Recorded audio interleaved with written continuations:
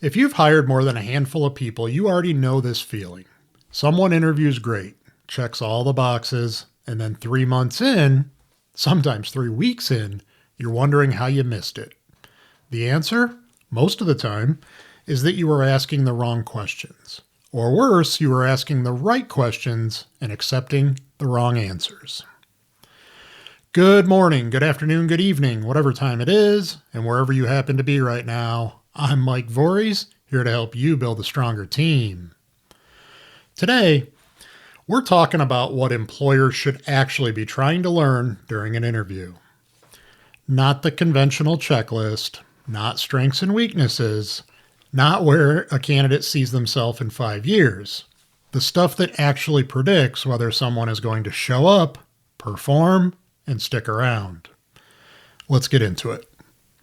First, we want to figure out how do they handle being wrong or corrected. To me, this is one of the highest signal things you can learn in an interview, and most employers never directly probe it. Ego management, especially with crew leads, foremen, and account managers, is the #1 killer in this industry. You're not looking for someone who never makes mistakes. You're looking for someone who can take a correction and move forward without shutting down, getting defensive, or holding a grudge. And here's how you get to it. Ask them to tell you about a time a supervisor told them they were doing something wrong, and then shut up. Watch what happens. Watch the body language. Listen to the tone. You know, the content of their answer matters, but it's not the whole picture. You're looking for someone who can tell that story without the supervisor becoming the villain.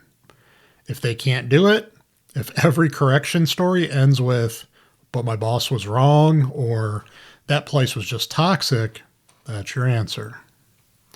Next, we want to learn, what do they actually do when no one is watching, right?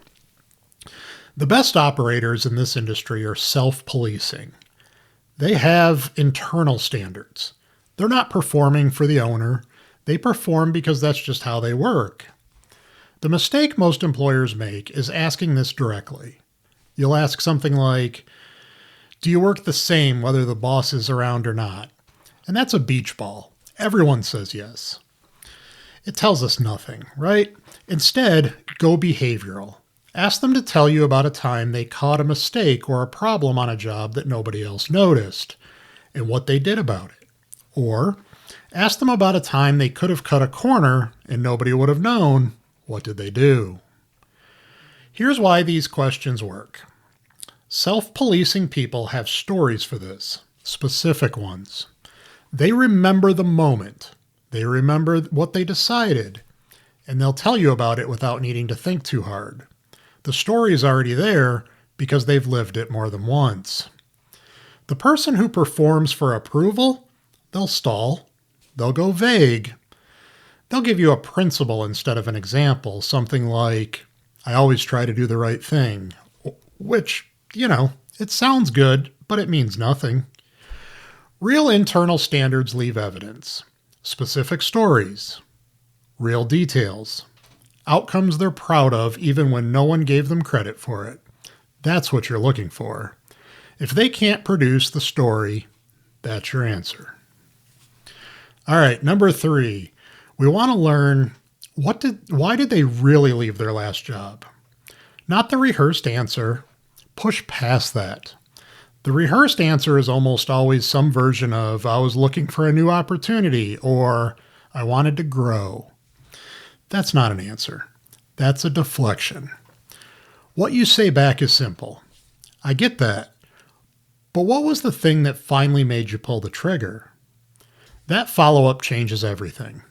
The real answer tells you how they relate to authority, how they handle conflict, and most importantly, whether they're chasing something or running away from something. Now, running from something isn't automatically disqualifying, but you need to know which one it is.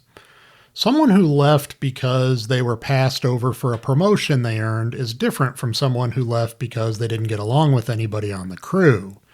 You need to know the difference before you make a hire. All right, next, number 4, we want to learn, can they handle monotony? This one's under-asked in the green industry, and it costs employers constantly.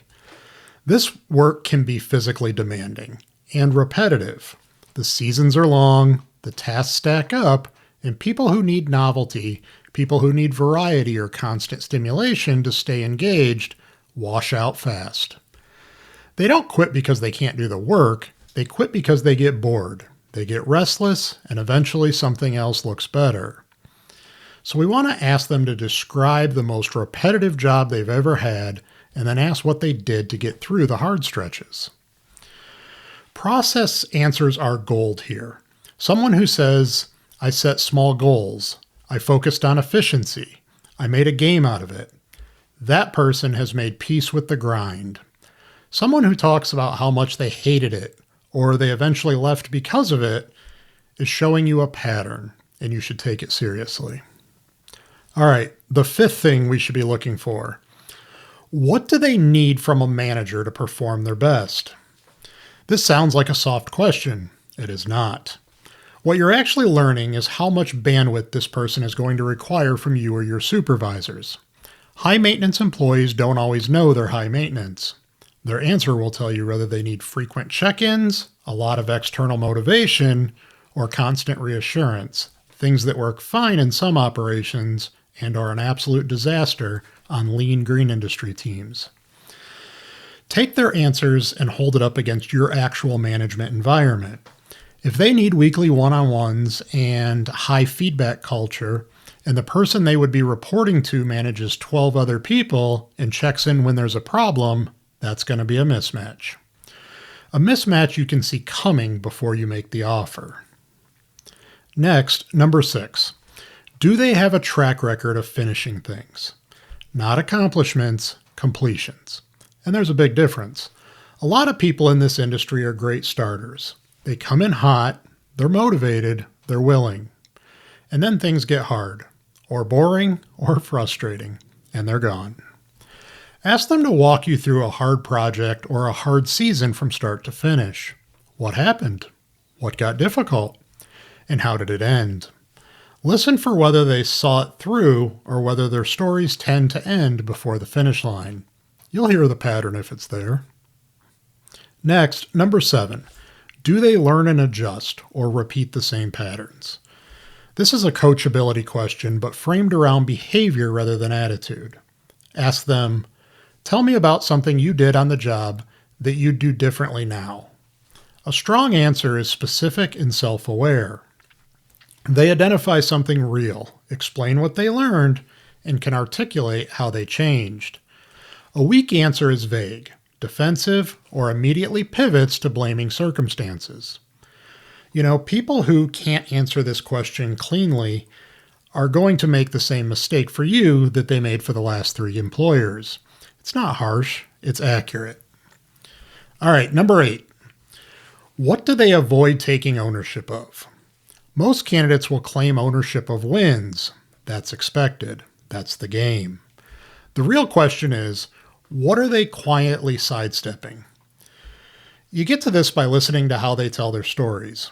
When something went wrong in their last job, who's in the story? Is it always someone else's fault? Is there always an external reason? Or can they say, that one's on me, here's what I missed? The people who can own their failures are the ones who grow. The people who can't are the ones you'll be managing around for as long as they're on your payroll. So here's the bottom line. The interview isn't a sales pitch, not from your side and not from theirs. It's a behavioral audit. Most employers spend the interview trying to figure out if someone can do the job technically. Technical skills are trainable. The 8 things we just covered aren't, or at least they're not very easy to train, right? They're a lot harder to train than how to operate equipment or manage a route, right? Ask better questions. Listen to more than just the content of the answers, and stop accepting rehearsed answers as real ones. All right, folks, that's the episode. If this was helpful, share it with another green industry employer who could use it. All my contact info is in the show notes. If you're hiring right now and you want help finding the right people, that's exactly what we do. Reach out and let's have a conversation to see if BR1 can help. Until next time, keep building your stronger team.